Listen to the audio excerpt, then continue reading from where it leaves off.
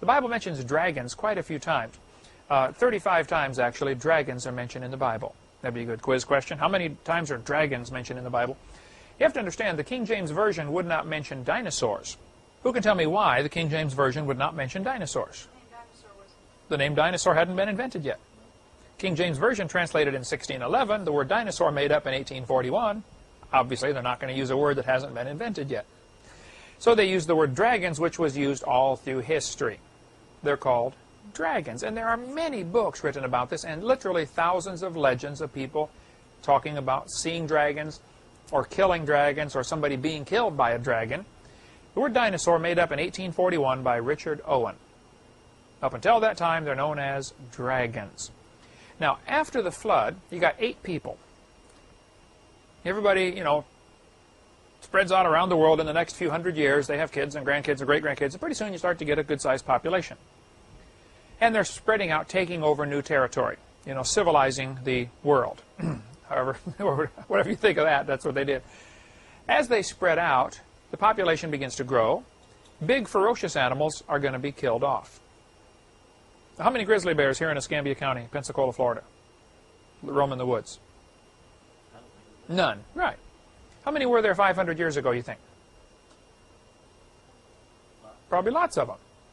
Well, what happened? When the more people move into an area, the more the big, ferocious animals just aren't welcome. They're going to be driven off, or they're going to be killed off.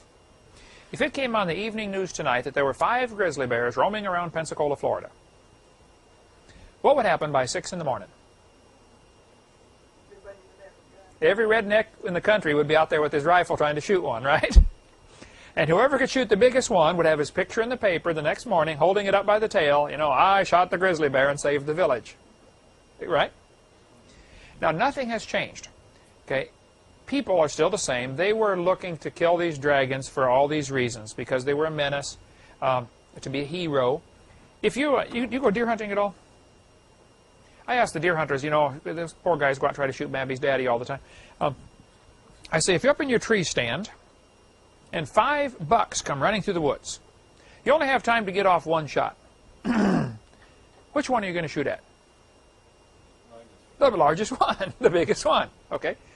Well, if you have this same mentality back 4,000 years ago and there's dragons out there to hunt, which one are you going to go for? The biggest one. Actually, they find now with satellite images, it's pretty interesting. I need to get a slide of this. There are, you know what a keyhole looks like? The old-fashioned keyhole, it's round on top and then 2 V's coming down like this. The old-fashioned skeleton key would go in a keyhole. Round circle with a triangle at the bottom. From satellites, they've noticed all over Europe and America, it appears to be thousands of years old, where somebody had built a giant keyhole shape, like a funnel that would, you could chase a bunch of animals. They'd hit this funnel and they'd end up in this circle, a corral.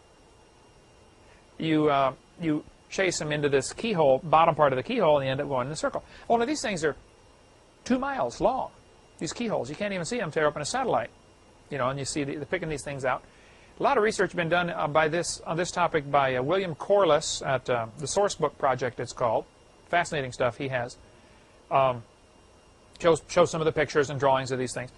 The theory is that people were using these to chase, you know, when they want to civilize an area, to take over a new area for, you know, build your city, they go in there and they chase all the dragons or whatever into this area using torches or, you know, something that makes noise or flames or something. And they end up trapped in here, and then you slaughter them because you surround them. You pen them in. Now they're easier to hunt, like shooting fish in a barrel. So, I think after the flood, people are killing these dragons. And there are literally thousands of legends of people killing dragons. If you want to read some amazing stories, I'd recommend you read, like, for instance, the Gilgamesh epic about Gilgamesh who slew a dragon. We have a book that we offer here called The Great Dinosaur Mystery by Paul Taylor. Let's see, we're in our office now. The book is here someplace. But great book talking about dragons all through history. There's a Chinese legend. You were in China for a while, Jan? Chinese legend says a famous man named Yu, after the Great Flood, Yu surveyed the land of China and divided it into sections. He built channels to drain the water off into the sea and make the land livable again. Many snakes and dragons were driven from the marshlands. you're reading this Chinese story, and it's, you know, we got to build the channels to get rid of the water. You know, it's all swampy. We got to, you know, drain the land so we can build our cities. By the way, we had to drive out the dragons, and you know, just like it's normal. Everybody has to do that, you know. Nobody thought anything about it. This is from Wycliffe Bible Encyclopedia. This is the god Marduk. Now, the Babylonians had all sorts of gods. One of their gods was Marduk. Here's Marduk shown pictured sitting on top of a fire-breathing dragon. Notice the flame coming out of his mouth. Fire-breathing dragon. Now, there's lots of legends about dragons, but there are also an awful lot of legends about fire-breathing dragons. So where would this fit in? In the book of Isaiah, it talks about a fiery flying serpent. In the book of Job, it talks about, in Job chapter 41, it's got an entire chapter about an animal called Leviathan. And it says, out of his mouth go burning lamps and sparks of fire leap out. You might want to watch our videotape, the green one over there with the L on it, about Leviathan, the fire-breathing dragon. There really was a fire-breathing dragon. In Job 41, it says this, about this Leviathan, out of his nostrils goeth smoke. Actually, deacons do that at Southern Baptist churches between Sunday school and church. It says, out of a seething pot or cauldron, his breath kindleth coals, and a flame goeth out of his mouth. The Bible certainly teaches there was a fire-breathing dragon. There's certainly a lot of history about fire-breathing dragons. It is chemically possible to do that. And we've got an animal today called bombardier beetle that does a similar thing. It sprays out 2 chemicals and burns his enemies. They're here in Florida. They call them the blister bug, the bombardier beetle. We cover all that on video about Leviathan. Anyway, if you get a Catholic Bible, the Catholic Bible has 7 extra books, and a few of the books have extra chapters. For instance, the book of Daniel in our Bible has 12 chapters. In the book of Daniel in the Catholic Bible, it has 14 chapters. One is about Susanna, and chapter 13 is, and then chapter 14 is about the dragon. This chapter is known as Bel and the Dragon.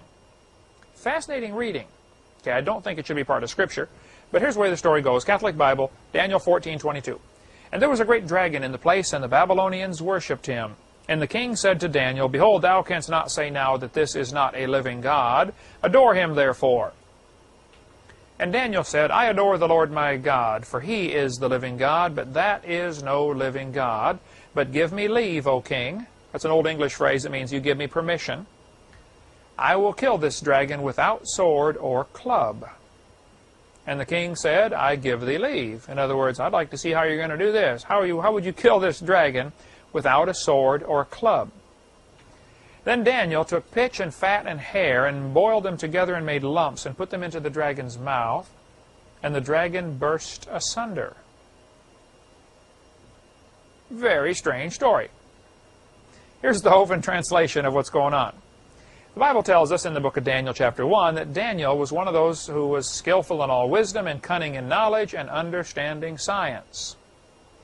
Well, I would assume that Daniel probably knew that nearly all animals like things that taste salty. You put a salt block out in the woods and the deer come up, the cows come up, everything comes to lick the salt.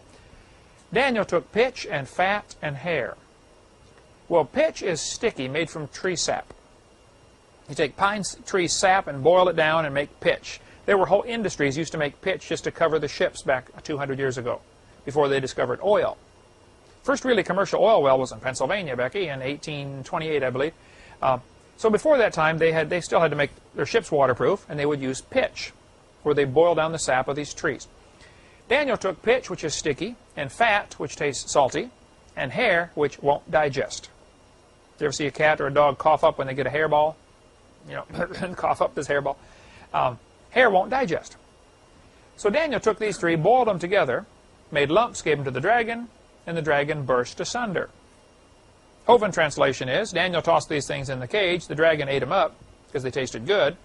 They wouldn't digest because of the hair. They stuck in his intestinal tract, and this was the ultimate case of dragon constipation, and the dragon burst asunder.